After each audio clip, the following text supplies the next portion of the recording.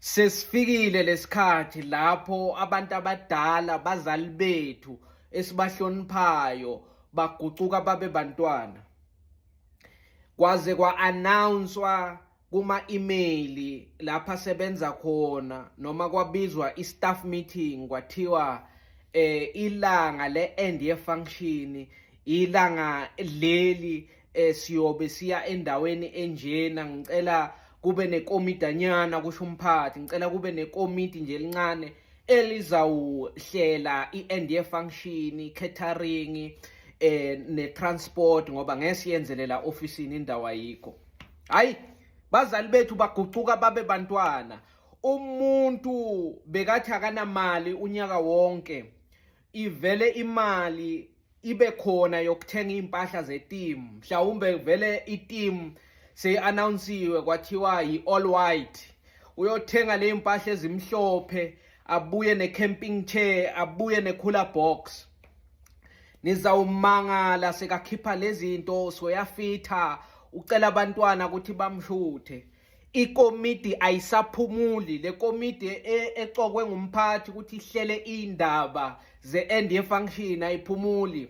Umam Gumede ubatshela ngco ukuthi yena ufuna iquantum ene-sunroof.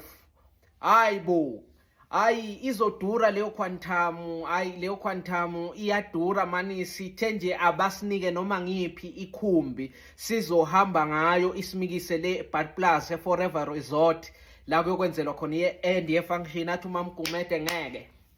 Nalaba abanye ngiyobatshela ukuthi bangabhadali, asiyi kuleyo end ye-function singakatholanga iquantum ene-sunroof phezulu. Hayi, abamaziyo ngoba sekudala kule khampani, abamaziyo bathi bese abushayile sekubuywa le i-end ye-function la ikhona khona, bathi bese uvela ngale sunroof. Ingako ayithanda, uvela kule sunroof ke acule.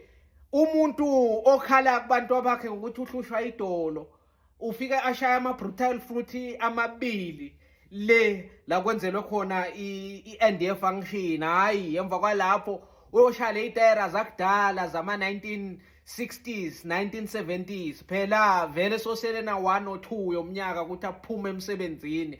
Kudala asebenza, i-behavior yakhe iyafana. Uma sekusondele i-end function akakhona ukuyibamba nokujabula, ujabula kakhulu.